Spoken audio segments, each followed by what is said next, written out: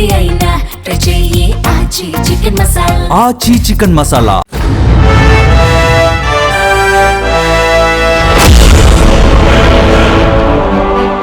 ఆమె ధైర్యానికి మారుపేరు, సాహసానికి ప్రతిరూపం. ఆమెను దేశంలోనే ధీర వనితగా కీర్తిస్తున్నారు. కోట్ల మంది ప్రశంసలతో అభినందిస్తున్నారు. ఏదైనా అన్యాయం జరిగితే పోలీసు స్టేషన్కి వెళ్ళి గోడును వెళ్ళబోసుకుంటున్నారు. పోలీసులు చొరవ తీసుకుని బాధితుడికి న్యాయం చేసేందుకు ప్రయత్నించడం చూస్తుంటాం. అదే పోలీసు అన్యాయం చేస్తే ఎవరికి చెప్పుకోవాలి? న్యాయం చేసేదెవరు? ఆమె ధైర్య సాహసాలతో న్యాయాన్ని గెలిపించింది. తప్పు చేసిన వారికి సరైన శిక్ష పడేలా చేసింది. ఆమె తెగువకు ఒకరు కాదు, ఇద్దరు కాదు, ఏకంగా 9 మంది పోలీసులకు ఉరిశిక్ష తీర్పు దేశంలో సంచలనం రేకెత్తించింది. ఇంతకీ ఆమె ఎవరు? ఆమెకు ధైర్యం ఎలా వచ్చింది? ఆమె చేసిన సాహసం ఏంటి? Zee Telugu news special focus ఇప్పుడు చూద్దాం.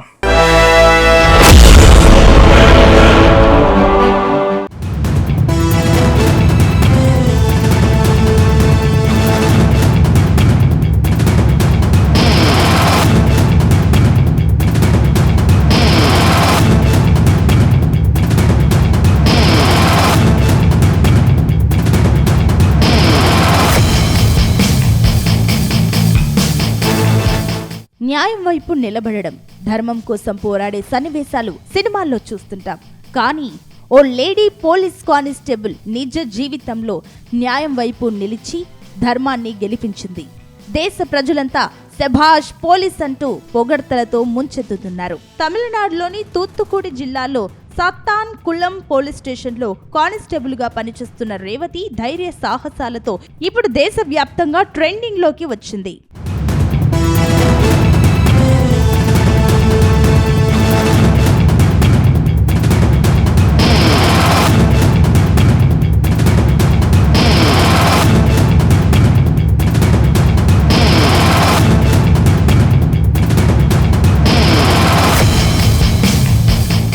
ఒక నిర్ణయానికి కట్టుబడి ఉండడం, ఒక సిద్ధాంతానికి నిదర్శనంగా నిలిచిన కారణంగా జీవన గమనం మొత్తం మారటమే కాదు, కొన్నిసార్లు తీవ్ర సవాళ్లు ఎదుర్కొనే పరిస్థితి.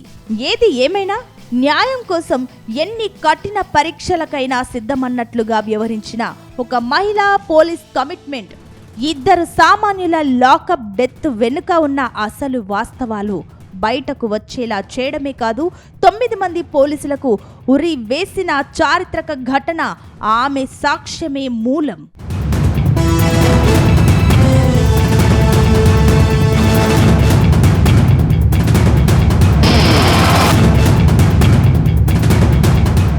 మదురై కోర్టు 9 మంది పోలీసులకు ఉరిశిక్ష వేయాలన్న ఆదేశాలు దేశవ్యాప్తంగా సంచలనంగా మారింది. సామాన్యులకు సంబంధించిన కేసులో పోలీసులకు శిక్ష తీర్పులో రేవతి పాత్ర కీలకంగా నిలిచింది. అన్ని సాక్ష్యాలను కోర్టు ముందు ఉంచడమే కాదు, తాను చెప్పినవన్నీ నిజాలే అన్న విషయాన్ని కోర్టులో నిరూపితమయ్యేలా చేయడంలో మహిళా పోలీస్ కానిస్టేబుల్ రేవతి పోలీస్ శాఖలోనే కాదు, యావత్ దేశంలోనూ చర్చనీయాంశంగా మారింది.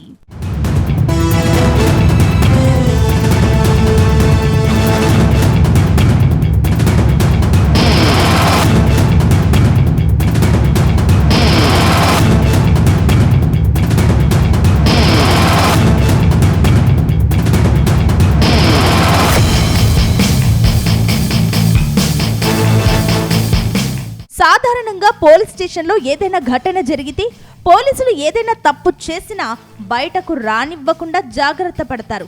చేసిన తప్పుల్ని కప్పిపెడతారు. పోలీసులు జాగ్రత్తలు తీసుకుంటారు.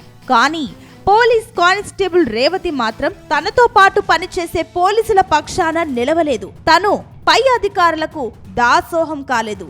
సామాన్యుల పక్షాన నిలిచారు.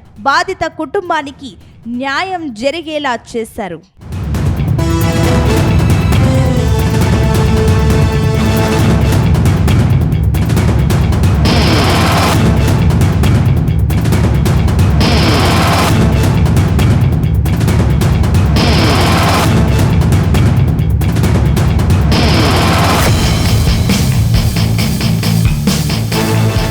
కోవిడ్ విజృంభించిన వేళ 2020 జూన్ 19 రాత్రి తుత్తుక్కుడి జిల్లా సాతాన్ కుళంలో లాక్డౌన్ నిబంధనలను ఉల్లంఘించారని తండ్రి జయరాజ్, కుమారుడు బెన్నిక్స్లను పోలీసులు అదుపులోకి తీసుకున్నారు. సాతాన్కుళంలో మొబైల్ షాపు నడుపుతున్న పి జయరాజ్, ఆయన కుమారుడు జే బెన్నిక్స్ తమ దుకాణాన్ని నిర్ణీత సమయం కంటే ఎక్కువసేపు తెరిచి ఉంచారనే ఆరోపణలతో పోలీసులు అదుపులోకి తీసుకున్నారు. షాప్ మూసేలోపు అరెస్టు చేసి పోలీస్ స్టేషన్కు తీసుకురావడమేంటని తండ్రి కొడుకులు ప్రశ్నించారని, దీంతో పోలీసులు ఓర్చుకోలేకపోయారు. పోలీసుల అహంకారానికి ఆవేశం తోడైంది. ఆగ్రహంతో ఊగిపోయారు. చేతిలో ఉన్న లాఠీలతో విరుచుకుపడ్డారు.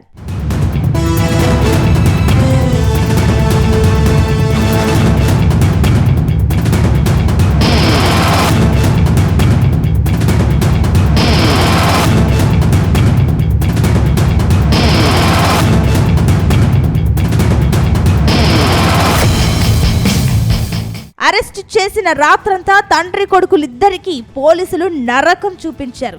పోలీసులను ఎదురు తిరిగి మాట్లాడడమే వారిద్దరి తప్పు. పోలీసులు విచక్షణారహితంగా దాడి చేశారు. ఒక్కరు కాదు, ఇద్దరు కాదు, 10 మంది పోలీసులు విరుచుకుపడ్డారు. కానిస్టేబుళ్లతో మొదలైన వ్యవహారం circle inspector, police sub inspector అందరూ తలా ఓ చేయి వేసి పోలీసుల ప్రతాపమేంటో చూపించారు. రక్తం చెందింది, ఎముకలు విరిగాయి. పోలీసులు కొట్టిన దెబ్బల నొప్పితో విలవిలలాడిపోయారు. పోలీసుల కొట్టిన దెబ్బలతో చిందిన రక్తంతో గదంతా రక్తపు మరకలు. ఒక పక్క నొప్పితో బాధితుల మూలుగులు, మరోపక్క ఆ నేరాన్ని కప్పిపుచ్చుకోవాలని నిందితుల కుయుక్తులు. అప్పుడు నిందితులు అత్యంత క్రూరంగా ప్రవర్తించారు. నొప్పితో విలవిలలాడుతున్న బాధితుల దుస్తులు విప్పించి వారితోనే ఆ రక్తపు మరకలను తుడిపించారు. దెబ్బలు తిన్న వారిచే గది అంతా శుభ్రం చేయించారు. నేరాన్ని రుజువు చేసే ప్రతి ఒక్క సాక్ష్యాన్ని తుడిచిపెట్టేశారు. డాక్టర్ నివేదికను మార్చేశారు.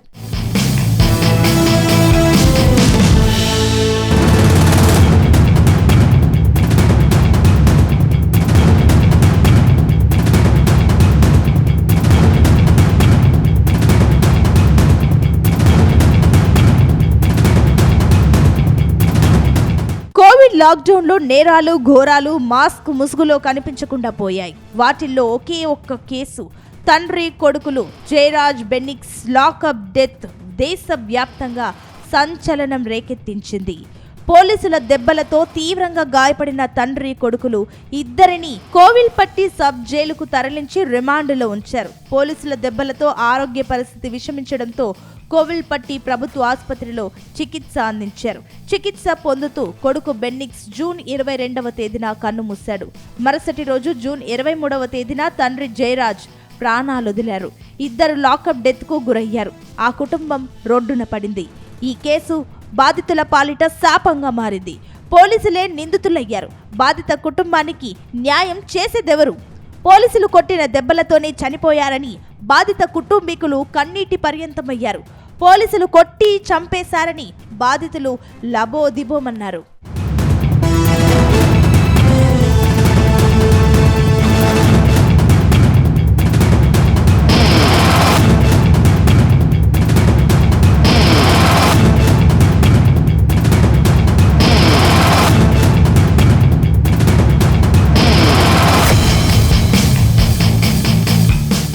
సాక్ష్యాలను తుడిచివేసిన ఆమె అత్యంత చాకచక్యంగా గోడల మూలాల్లో టేబుళ్ల కింద మిగిలిపోయిన రక్తపు మరకలను గుర్తించి మెజిస్ట్రేట్కు చూపించారు.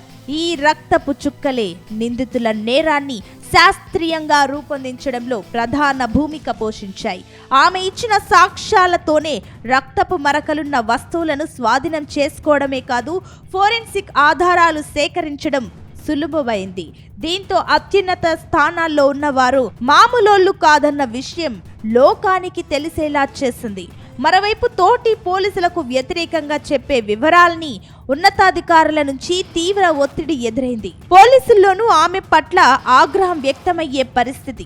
అంతేకాదు, మెజిస్ట్రేట్ విచారణ కోసం కోర్టుకు హాజరైనప్పుడు అక్కడి పోలీసులు ఆమెకి ఎలాంటి సహకారం అందలేదు. అంతేకాదు, తోటి పోలీసుల నుంచి ప్రాణహాని ఉందన్న ఆందోళన నేపథ్యంలో ఆమెకు, ఆమె కుటుంబానికి ప్రత్యేక రక్షణ కల్పించారు.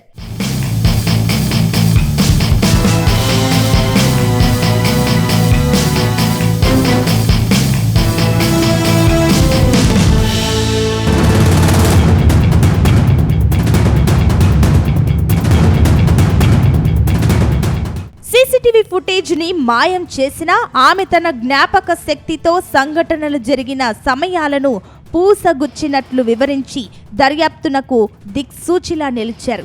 ఇది సాధారణ విషయం కాదు. అదే వ్యవస్థలో ఉండి అదే వ్యవస్థకు వ్యతిరేకంగా నిజం చెప్పడం అంటే సాహసమే. అయినా ఆమె వెనక్కి తగ్గలేదు. ఆమె చెప్పిన విషయాల ఆధారంగా కేసు బలపడింది. కోర్టు కూడా ఆమె భద్రతపై దృష్టి పెట్టి ప్రత్యేక రక్షణ కల్పించింది. సాక్ష్యం చెప్పకుండా రేవతిని తోటి పోలీసులు తీవ్రంగా ఒత్తిడి చేశారు.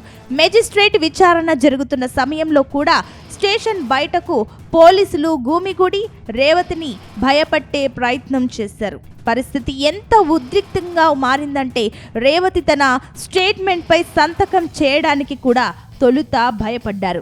మద్రాస్ హైకోర్టు జోక్యం చేసుకుని ఆమెకు ఆమె కుటుంబానికి రక్షణ కల్పించాలని జిల్లా యంత్రాంగాన్ని ఆదేశించింది.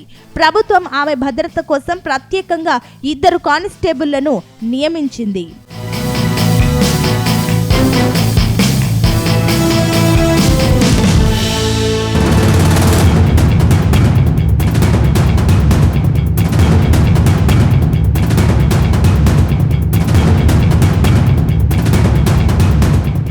తోటి సిబ్బంది ఒకవైపు, పై అధికారుల ఒత్తిడి మరోవైపు. ఇలాంటి పరిస్థితుల్లో నిలబడడం అనేది చిన్న విషయం కాదు. అయినా పోలీస్ కానిస్టేబుల్ రేవతి వెనక్కి తగ్గలేదు. మెజిస్ట్రేట్ ముందు చెప్పిన ప్రతి విషయం కేసు దిశనే మార్చేసింది. అది కేవలం ఒక స్టేట్మెంట్ కాదు, ఆ రాత్రి జరిగిన దారుణ ఘటనకు ఆమె సజీవ సాక్ష్యం.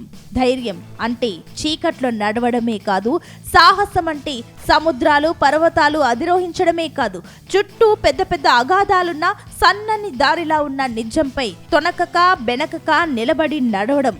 కళ్ళెదుట జరిగిన అన్యాయాన్ని, నిప్పులాంటి నిజాన్ని నిర్భయంగా బయట పెట్టడమేనని రేవతి నిరూపించారు.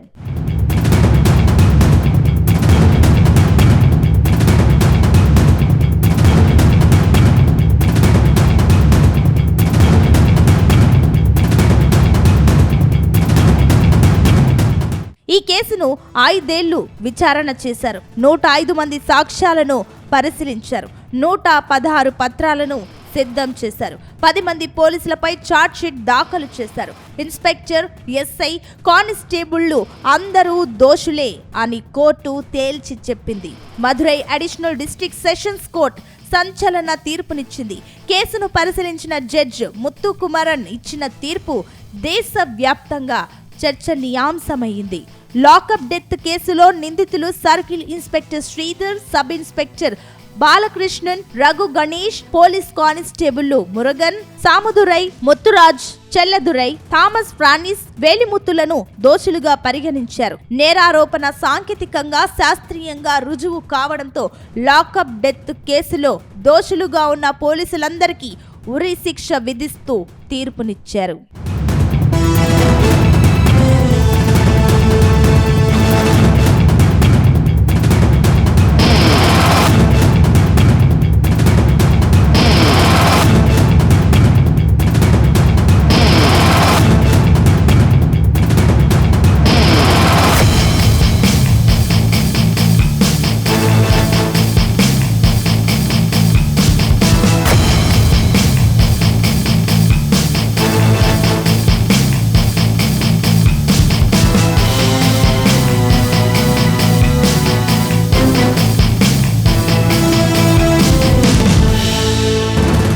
తమిళనాడును కుదిపేసిన ఈ కేసులో మనస్సాక్షి వ్యవస్థ కంటే గొప్పదని నిరూపించింది.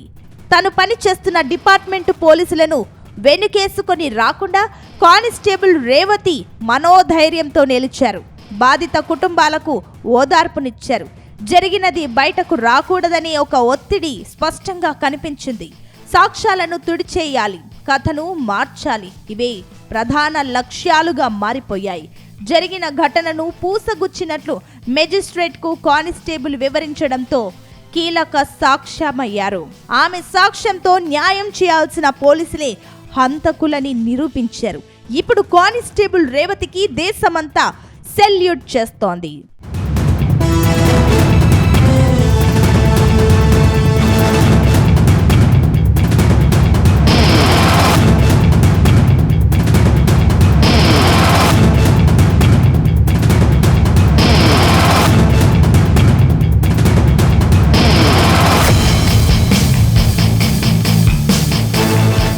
తమిళనాడును కుదిపేసిన ఈ కేసులో మనసాక్షి వ్యవస్థ కంటే గొప్పదని నిరూపించింది.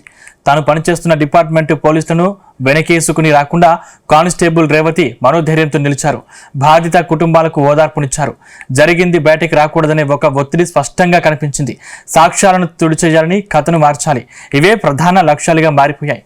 జరిగిన ఘటనను పూసగుచ్చినట్లు మెజిస్ట్రేట్కు కానిస్టేబుల్ వివరించడంతో కీలక సాక్ష్యమయ్యాయి. ఆమె సాక్ష్యంతో న్యాయం చేయాల్సిన పోలీసులే హంతకులని నిరూపించారు. ఇప్పుడు కానిస్టేబుల్ రేవతికి దేశమంతా సెల్యూట్.